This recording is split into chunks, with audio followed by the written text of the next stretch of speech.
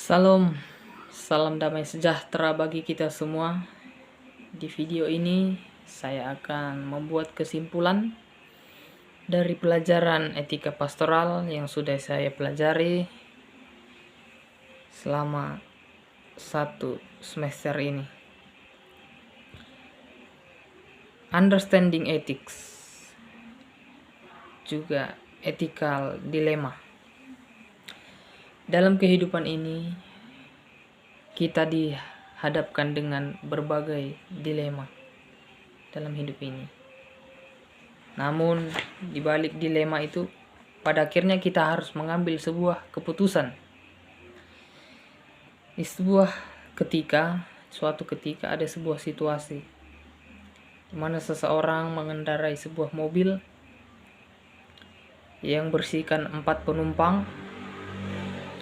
Dia berjalan melewati sebuah turunan, dan pada saat itu rem dari mobil itu blong, tidak punya remnya rusak, dan dia dilema. Pada waktu itu dia lihat di depannya ada jurang, di sebelah kanannya ada pohon besar, dan di sebelah kirinya ada orang banyak, kira-kira 10 orang. Namun pada akhirnya dia harus ambil sebuah keputusan. Jadi dia bingung. Pada akhirnya dia mengambil sebuah keputusan, yaitu menabrakkan mobil itu ke pohon, ke sebelah kanannya. Karena di depannya ada jurang, dia tidak mungkin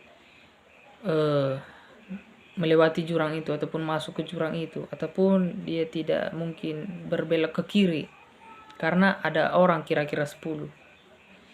Dan pada akhirnya dia menabrakkan mobilnya ke pohon besar itu yang di sebelah kanannya itu. Jadi sama seperti seseorang yang mengendarai mobil itu, kita mungkin banyak mengalami sebuah dilema dalam hidup ini. Kadang ada dua pilihan A atau B, A, B, atau C juga. Namun pada akhirnya kita juga harus mengambil sebuah keputusan. Yang mana yang baik, yang mana yang terbaik. Dan keputusan kita itu menunjukkan siapa diri kita sebenarnya.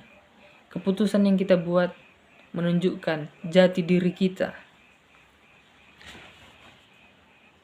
Keputusan yang akan kita buat mengekspresikan siapa diri kita. Seseorang sosiologi pernah bertanya kepada pebisnis. Jadi juga etika berkaitan dengan perasaan yang manusia rasakan. Ya. Etika juga menyangkut keyakinan agama, aturan yang berlaku, standar perilaku yang berirama di masyarakat. Juga etika dan moral itu saling berkaitan. Aturan perilaku itu diberlakukan di dalam suatu kelompok. Hal-hal apa yang boleh dan tidak boleh dilakukan di dalam satu sistem sosial. Nah, jadi ada juga penekanan kostum atau kebiasaan, bukan di lingkungan eksternal, tapi internal di dalam diri seseorang itu. Jadi penekanan kebiasaan ada di dalam diri seseorang itu.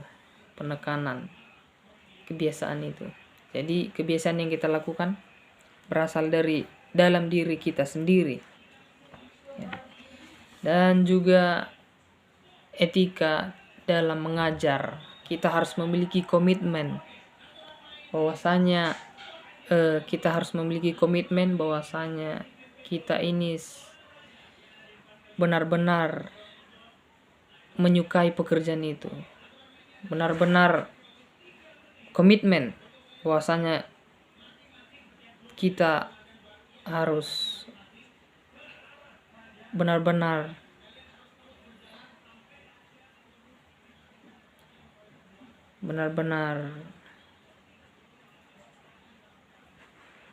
mendorong siswa-siswi.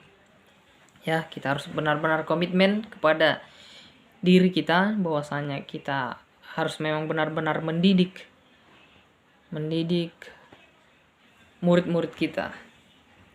Dan kita harus komitmen kepada siswa, memiliki komitmen kepada profesi, dan kita juga harus menanamkan norma, standar perilaku yang tepat atau dapat diterima. Dan kita harus memiliki moral, prinsip benar dan salah dalam perilaku, dan membantu seseorang yang membutuhkan. Sekian kesimpulan yang dapat saya sampaikan. Terima kasih. Tuhan memberkati.